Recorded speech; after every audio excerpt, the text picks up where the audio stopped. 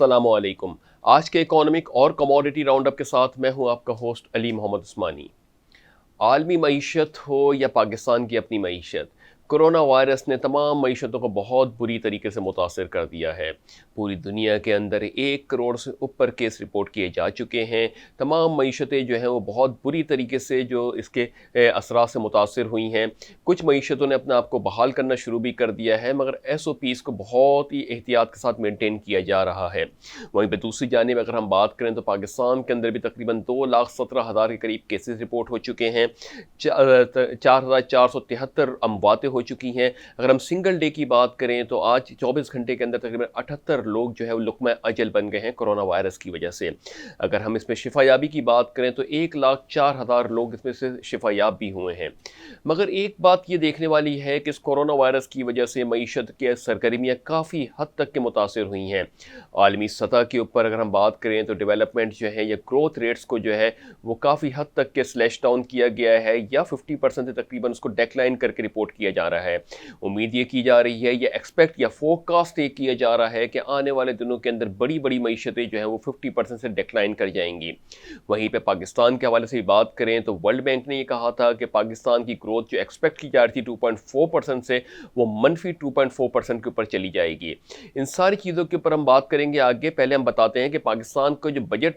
पेश किया गया उसके खसारे को मेंटेन करने के लिए यानी 7.5 खरब रुपए का जो पाकिस्तान का बजट पेश किया गया है उसके अंदर तकरीबन 3 से 3.5 खरब रुपए का खसारा रिपोर्ट किया गया है। उस खसारे को मिटिगेट करने के लिए वर्ल्ड बैंक ने तकरीबन 500 मिलियन US डॉलर की मदद फराहम करने का इरादा किया है, बल्कि इसको मंजूर कर लिया गया है।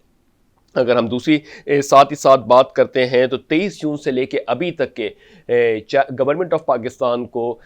फॉरेन असिस्टेंस की मद के अंदर तकरीबन 3 बिलियन US डॉलर मौसूल हो चुके हैं। लास्ट जो इनको मौसूल हुआ है वो तकरीबन 1.3 बिलियन US डॉलर चाइना की तरफ से मौसूल हुआ है। तो मजमूई तौर पे 1.3 बिलियन US डॉलर जो चाइना की तरफ से गवर्नमेंट ऑफ पाकिस्तान को मौसूल हुआ है और मुख्तलिफ फाइनेंशियल इंस्टीट्यूशंस की तरफ से पाकिस्तान को जो मौसूल हुआ है उसकी वैल्यू तकरीबन 3 बिलियन US डॉलर के करीब रिपोर्ट की गई है। ये सारी चीज़ें जो इस वक्त पाकिस्तान को असिस्टेंस फराहम की जा रही हैं, इसके पीछे बुनियादी मकसद ये है कि पाकिस्तान का जो बजट का खसारा है उसको किसी तरीके से मैनेज किया जाए, उसको किसी तरीके से मेंटेन किया जाए। क्योंकि गवर्नमेंट ऑफ पाकिस्तान अपनी लाख कोशिश के बावजूद भी जो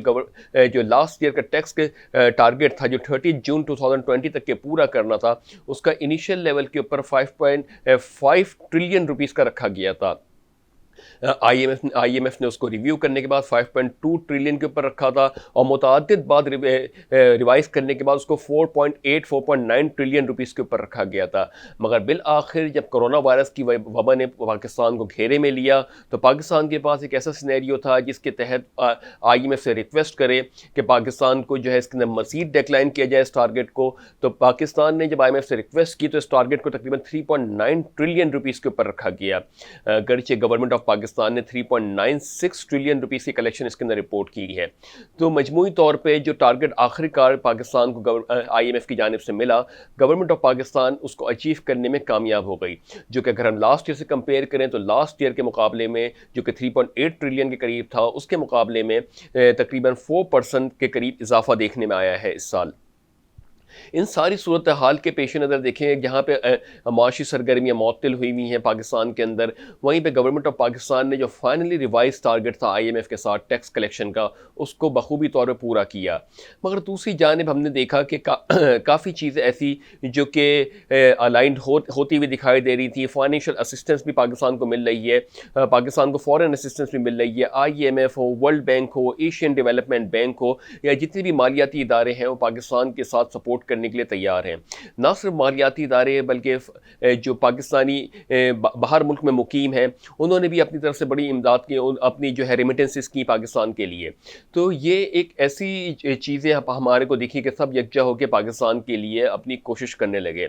मगर वहीं पे बहुत ही अफसोसनाक तरीके से हमें आपको बताना पड़ रहा है कि जहाँ पे ये सारी एक वबा ने मुल्क को घेरा और मुल्क वैसे ही जो है इस वक्त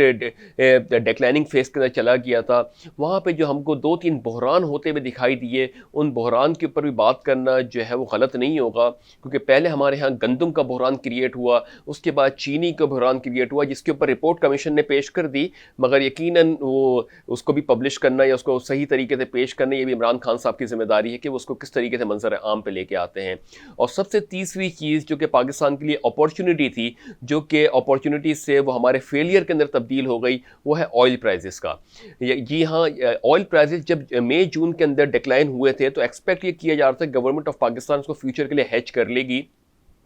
जब $10 $11 के ऊपर भी ऑयल प्राइस आया था तो ये एक्सपेक्ट किया जा रहा था कि गवर्नमेंट ऑफ पाकिस्तान किसी ना किसी तरीके से इसको मिटिगेट करेगी, ताकि कोरोना वायरस के बाद जब इकोनॉमी ओपन अप हो या इंडस्ट्रियलाइजेशन चले तो उसको कम से कम एक चीपेस्ट लेवल के ऊपर ऑयल तो फराहम हो जाए। मगर क्या इस गवर्नमेंट की हिकमत अमली रही थी? यकीनन गवर्नमेंट के पास थिंक टैंक मौजूद हैं, उन्होंने बड़ी स्ट्रेटजिक प्लानिंग के तहत इन चीज़ों के ऊपर अमल दरामद किया होगा, और उसके बाद जो है वहाँ पे हमने हेजिंग नहीं की। आखिरकार ऑयल जब वापस 37-38 $38 पर बैरल पे आता है और पाकिस्तान गवर्नमेंट ऑफ पाकिस्तान की जानिब से ऐलान किया जाता है कि ऑयल प्राइसेस जो कि $110 से नीचे करके $74 के करीब कर दिए गए थे, उनमें वापस ओवरनाइट $25 का इंक्रीज कर दिया जाता है। यानी ऑयल वापस तकरीबन 99 और $100 के करीब जो है वो लाके खड़ा कर दिया गया। एक ऐसा बेनिफिट जो आवाम को मिल सकता था, वो उसके पीछे क्या वजूहात रही है कि वापस वो उसी लेवल्स के ऊपर आ गया जो कोरोना से पहले का एक लेवल था। ऑल तो अभी भी उसके बाद $10 का बेनिफिट तो मिल रहा है आवाम को प्रीवियस उससे, मगर फिर भी देखा जाए तो ये एक ऐसा सिनेरियो था जिसके ऊपर अगर बिजनेस कम्युनिटी और इमरान खान साहब के जो काबीना है वो अगर प्रॉपर तरीके से इसको देखती तो ये इसके ऊपर काफ़ी पॉजिटिव समरात आ सकते थे। मगर यकीनन गवर्नमेंट की भी कुछ अपनी ऑब्स्टिकल्स होते हैं, कुछ अपनी रिजर्वेशंस होती हैं, गवर्नमेंट भी अपने फैसला आवाम की भलाई के लिए ही करती है। तो बहरहाल ये इसका $24 से बढ़ जाना, जो सबसे ज़्यादा शर्मनाक बात है इसके अंदर कि जब ये ऑयल प्राइस डिक्लाइन हुए और गवर्नमेंट ऑफ पाकिस्तान ने ये कहा कि हम अभी इस वक्त ऑयल को जो है इंपोर्ट नहीं करेंगे क्योंकि हमारे पास अभी इस वक्त रिजर्व्स मौजूद हैं और इंडस्ट्री भी नहीं चल रही है, मगर वहाँ पे शायद गवर्नमेंट इस बात को भूल गई कि हमारी जो बिजली की प्रोडक्शन है यानी इलेक्ट्रिसिटी जो प्रोडक्शन है वो तो हमारी पूरी फर्नेस ऑयल के ऊपर ही चल रही है। यानी किसी न किसी तरीके से हमें ऑयल जो है वो कंज्यूम आज नहीं तो कल हो ही जाएगा। उसी के पेश नज़र हमने देखा कि ऑयल जो है वो हमको मार्केट से शॉर्ट होता हुआ दिखाई दिया। हम यहाँ पे याद दिलाते चलें कि पाकिस्तान स्टेट ऑयल हमेशा ये कहता रहा उस वक्त कि पाकिस्तान के पास 2,14,000 मैट्रिक टन ऑयल इस वक्त मौजूद है जो कि आने वाले 10, 15, 20 दिन के लिए जो है वो चल सकता है, मगर उसके बावजूद भी हमारे को ऑयल की शॉर्टेज होती हुई दिखाई दी।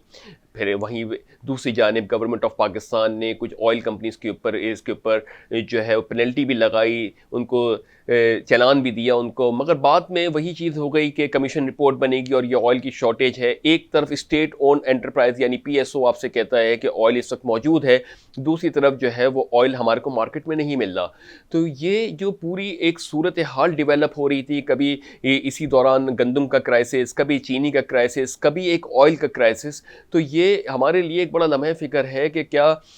हम अखलाकी तौर पे किस लेवल पे जा रहे हैं, जहाँ पे हम एक दूसरे को इमदाद फराहम करने की बात करते हैं बहैसियत इस्लामी जमहूरिया पाकिस्तान के रुकन, बहैसियत मुसलमान हम जहाँ पे एक अज़म रखते हैं कि हम एक दूसरे की बहुत खिदमत करते हैं, वहीं पे अगर इस बात के ऊपर कोई चीज़ आ रही है कि ज़ख़ीरा अंदोज़ी की गई इन चीज़ों में, और फिर गवर्नमेंट ने ये भी था कि चले पैनिक सिचुएशन के अंदर कुछ लोग होते हैं वो अपने आप इसको ज़ख़ीरा अंदोज़ कर लेते हैं फॉर द सेफर साइड, वो तो एक बात मिटिगेट हो जाती है, मगर एक लॉन्ग पीरियड के लिए और फिर उसका प्राइस अप्रिशिएट होना। यकीनन आप देखें चीनी कमीशन के अंदर भी जो सुप्रीम कोर्ट ने एक ऑर्डर पास किया है कि 85 रुपीज़ से जो है वो चीनी डिक्लाइन करके 70 रुपये के ऊपर आए, मगर वो भी 85 रुपये की ही ऊपर चल रही है। तो एक पूरा सेटअप जो है वो लगता यह है कि जहाँ पे आज से 5 महीने पहले इमरान खान साहब की गिरफ्त बहुत मजबूत थी माशी मामलात के अंदर, चाहे वो FATF की रेगुलेशन के हवाले से बात कर रहे हों, चाहे IMF के हवाले से बात कर रहे थे, वहीं पर लगता यह है कि अब इमरान खान जैसे अपनी बयानात के अंदर अपनी कुर्सी का भी जिक्र कर रहे हैं, साथ ही साथ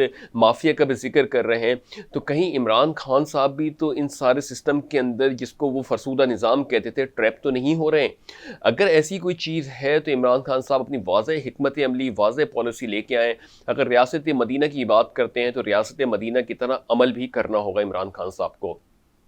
तो इसी हमने देखा कि काफ़ी हद तक की चीज़ें जो है वो गवर्नमेंट के अपनी ही अलाइज के अंदर या अपनी पार्टी के ही अंदर इख्तलाफ राय मौजूद होना शुरू हो गया। तो ये एक ऐसी मजमूई तौर पे सिनेरियो क्रिएट होता जा रहा है जिसके अंदर हम अभी ये देख रहे थे कि पाकिस्तान जहाँ पे जनवरी फरवरी में कहता था कि हम स्टेबिलिटी की तरफ जा रहे हैं और आने वाले 6-8 महीने के अंदर पाकिस्तान ग्रोथ की तरफ चला जाएगा, वहीं पे आज हम उन नंबर्स की बेसिस के ऊपर बात कर रहे हैं कि पाकिस्तान का डेफिसिट्स कम हो गए। वो डेफिसिट्स कम होने की वजह ये नहीं है कि आपने जो है कोई बहुत अच्छी एक्सपोर्ट्स कर दी, बल्कि वहाँ पे डेफिसिट्स कम होने का वजह यह है कि आपकी इंपोर्ट्स नहीं हो रही हैं। तो इंटरप्रिटेशन बहुत ज़रूरी है कि हमारे को एक चीज़ बहुत इंपॉर्टेंट तरीके से देखनी चाहिए कि जहाँ पे आलमी मालियाती इदारे ने पाकिस्तान की जो है असिस्टेंस की, पाकिस्तान को बिजनेस कम्युनिटी ने, बल्कि गवर्नमेंट ऑफ पाकिस्तान ने खुद भी, बल्कि अपोजिशन ने भी अपने एक रोल प्ले किया इसके अंदर, कि अपने के साथ ही साथ रोल प्ले किया। मगर जो ये एक सिस्टम के अंदर एक फ्लॉ हमारे को देखने में आता है, जो काफ़ी अरसे से हम देखते चले आ रहे हैं, कि ज़ख़ीरा अंदोज़ी की रिपोर्टिंग भी बहुत ज़्यादा हो रही है, जिसकी वजह से प्राइस एप्रिशिएट पाकिस्तान के अंदर बहुत आसानी से हो जाते हैं। ज़ाहिर सी बात है, कोई चीज़ अवेलेबल नहीं होती तो उसकी वजह से जब वो उसकी डिमांड बढ़ती है तो उसके प्राइस एप्रिशिएट हो जाते हैं। तो ये एक बहुत ही बड़ा लम्हा फ़िक्र है। इसको बहैसियत कौम, बहैसियत हुक्मरान, बहैसियत पॉलिटिकल पार्टीज़, बहैसियत अवाम, हमें इस बात के ऊपर सोचना चाहिए और अपना किरदार अदा करना चाहिए, क्योंकि जब तक हम अखलाकी एतबार से अपने आप को मैच्योर नहीं करेंगे, पाकिस्तान एक हमेशा जो है वो उसकी साख्त को हम मुतासिर ही करते रहेंगे। तो इस पेश नज़र हम बात करते चलें कि गवर्नमेंट ऑफ पाकिस्तान को सब सीरियस कॉन्सिक्वेंसेस का सामना है। जहाँ पे इस वक्त डोमेस्टिक लेवल्स के ऊपर बात करें, वहीं पर इंटरनेशनल सतह के ऊपर भी चाइना और इंडिया के दरमियान जो रिफ्ट चल रहा है, जिसके अंदर अमेरिका के अंदर भी ये इसकी इन्वॉल्वमेंट है। वहीं पर अपर इंडिया के अंदर अगर हम बात करें तो आसाम से लेके नेपाल, भूटान, फिर चाइना, फिर ये ऐसी टेरिटरीज़ हैं जिसके अंदर एक ऐसा इंतशार की फ़िज़ा फैलती चली जा रही है कि हर स्टेट अपने आप को अपनी सोवरेनिटी के ऊपर बात कर रहा है। वहीं पे इसराइल के अंदर भी जैसे 1 जुलाई को एनेक्सेशन के ऊपर बात हो रही थी। एनेक्सेशन से हम बताते चलें कि इसराइल जो है वो उस पूरे ख़ित्ते को जो हज़रत दाऊद अलैहिस्सलाम से वो मंसूब करते हैं, कि किंग डेविड से वो मंसूब करते हैं, और ये कहते हैं कि ये ख़ित्ता हमारे उसके अंदर था, जिसको ग्रेटर इसराइल कहते हैं, उसके लिए मंजूरी 1 जुलाई को दी जानी थी।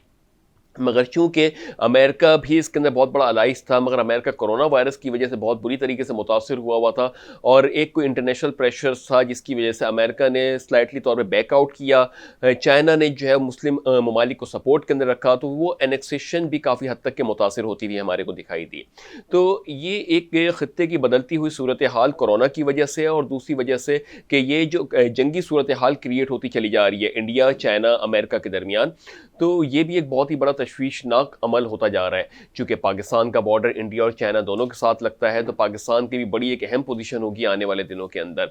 इन सारी चीज़ों के साथ हम बात करते हैं कि ये एक जब इंटरनल पॉलिटिक्स के ऊपर भी इमरान खान साहब के बड़े इस वक्त बहुत प्रोएक्टिवली काम करना होगा, और फिर इंटरनेशनल लेवल्स के ऊपर भी इमरान खान साहब की गवर्नमेंट को बहुत प्रोएक्टिवली काम करना होगा, क्योंकि ये छोटी छोटी चीज़ें कि आप जिनके मैंडेट के ऊपर आए हैं, जिनसे आपने वोट लिए है, अगर वही आपके मुखालिफ हो जाएं या उनको ही चीज़ें ना मिलने लगे, तो वो फिर आपके एंटी हो जाते हैं, और फिर आपको एक सपोर्ट मिल रही होती है, वो सपोर्ट में वो कॉन्फिडेंस आपका नहीं रहता कि जिसकी वजह से आप मज़ीद एक फ़ैसले कर सकें। यहाँ तक कि मौजूदा गवर्नमेंट की परफॉर्मेंस को लोग गुज़िश्ता गवर्नमेंट से कंपेयर करने लग गए हैं। अवाम का मानना ये है कि जितने भी दावे किए जाते हैं वो सिर्फ इलेक्शन में वोट लेने के लिए किए जाते हैं। अगर हम बात करते हैं तो कहते हैं गुज़िश्ता गवर्नमेंट ने भी इसी तरीके से दावे किए थे जो पूरे नहीं हुए, मौजूदा गवर्नमेंट ने भी इसी तरीके से दावे किए थे जो धरे के धरे रह गए, और रियलिटी के अंदर जब आते हैं तो वो उसी फरसूदा सिस्टम का हिस्सा बन जाते हैं जिसको गाली दे के आए हुए होते हैं। तो लोगों का मानना ये है कि अगर करप्शन के ऊपर बात की जा रही थी तो करप्शन अभी तक साबित नहीं हुई किसी के ऊपर। वहीं पर दूसरी जानिब बात करें तो यही कहते हैं कि जो डेवलपमेंट प्रोजेक्ट्स पिछली गवर्नमेंट के अंदर चले थे, जैसे मेट्रो लाइन के हवाले से हम बात करते हैं, इसके अलावा काफ़ी ऐसे प्रोजेक्ट्स जिसके ऊपर काम किया जा रहा था पिछली गवर्नमेंट्स के अंदर, जिसको पाया तकमील तक के पहुंचाया गया था, और कराची के अंदर जो मेट्रो का पूरा सिस्टम जो कि बहुत तेज़ी के साथ और क्वालिटी कंट्रोल के साथ उसको बनाया गया था, वो 2017 में मुकम्मल होना था, मगर गुज़िश्ता गवर्नमेंट के जो सरबराह थे उनको उस वक्त नाअहल करार दे दिया गया था। जब से लेके आज तक 3 साल तक के वो प्रोजेक्ट वहीं का वहीं खड़ा हुआ है। आवाम को कितनी दुश्वारी हो रही है यहाँ पे, यकीनन जब तक कि ये सारी चीज़ों को नहीं एड्रेस किया जाएगा प्रॉपर्ली तौर पे, तो ये दिन ब दिन एक क्लस्टर बनता चला जाएगा, और अचानक से ये एक ऐसी इतनी बड़ी मुसीबत बन के आएगा गवर्नमेंट के ऊपर कि गवर्नमेंट के लिए कंट्रोल से बाहर हो जाएगा। तो यही देखें कि मेट्रो का जो प्रोजेक्ट है, ग्रीन लाइन का जो मंसूबा है, कराची के अंदर बहैसियत, उसके अलावा मुख्तलिफ इलाकों के अंदर जो डेवलपमेंट प्रोजेक्ट्स हो रहे हैं, तो उसके ऊपर भी गवर्नमेंट इस वक्त थोड़ी सी अपनी ग्रिप लूज़ करती हुई दिख रही है। तो आवाम यही कह रही है कि अगर गुज़िश्ता गवर्नमेंट अगर करप्ट थी, तो मगर वहाँ पर डॉलर 100 रुपये का था, हमारे लिविंग स्टैंडर्ड ठीक है थोड़े से वो थे, मगर आज के कंपेरेटिव जो है वो लिविंग स्टैंडर्ड हमारे काफ़ी हद तक मैनेज्ड थे। वहीं पे सारी चीज़ों के पेश नज़र देखें तो ये इमरान खान साहब को बहुत ही ज़्यादा उसके ऊपर देखना होगा कि अगर करप्शन के ऊपर करप्शन के खात्मे के ऊपर बात कर रहे हैं, ट्रांसपेरेंसीज के ऊपर बात कर रहे हैं, आवाम को रिलीफ देने की बात कर रहे हैं, तो ठीक है, ये चीज़ हमारी प्रोमोलगेट हो गई कि डॉलर वापस 167 यूएस डॉलर पर आ गया रुपया हमारा। तो उसको अगर आ गया तो अब क्या स्टेप लेगी गवर्नमेंट ऑफ पाकिस्तान कि इसको वापस अपने स्टेबल लेवल के ऊपर लेके आए कि वाकई यहाँ से अब वापस नीचे आने का नाम नहीं लेगा और वापस जाके 200 या 250 रुपए के ऊपर जाके अपने आप को टच करेगा। तो ये कुछ ऐसी सूरत हाल है कि जिसके अंदर अगर हम बात करेंगे पीआईए के जो पायलट्स के ऊपर बात की जा रही थी, जिनका लाइसेंस को मनसूख किया गया था और वो पूरी दुनिया के अंदर तशहीर हो गई थी उसकी, और उसके बाद देखा ये कि पूरी दुनिया के अंदर ना सिर्फ पाकिस्तान लोकल मीडिया बल्कि इंटरनेशनल मीडिया ने न्यूज़ को चला के पाकिस्तान के ऊपर काफ़ी जो है वो सवालिया निशान उठा दिए। ये एक ढंडोरा तो जो पीटा गया वो ठीक है, आपने जो है वो मिस्टेक्स को आइडेंटिफाई किया, मगर इसके ऊपर नेक्स्ट मोड ऑफ एक्शन क्या होगा? गवर्नमेंट ऑफ पाकिस्तान का क्या लाया अमल है कि इस चीज़ को मज़ीद कैटर करे और इसको आने वाले दिनों के अंदर ये सारी चीज़ें ना हो, और जो हो गया उसको ख़त्म कैसे किया जाएगा? तो हम यहाँ पे यही मिस्टेक करते हैं हमेशा कि अपनी चीज़ों को, मिस्टेक्स को जो है वो प्रोमलगेट हो गई और उसके बाद ना ही कोई SOPs बने, ना ही कोई उसके ऊपर स्टैंडर्ड ऑपरेटिंग प्रोसीजर्स डेवलप किए गए, ना ही कोई वर्किंग प्लान बना, और वो चीज़ फिर वैसे ही चलती रही। फिर आने वाले 3-4 दिन के बाद 3-4 सालों के बाद फिर वही चीज़ स्टार्टअप हो जाएगी। तो ये रिक्वेस्ट है हमारी इस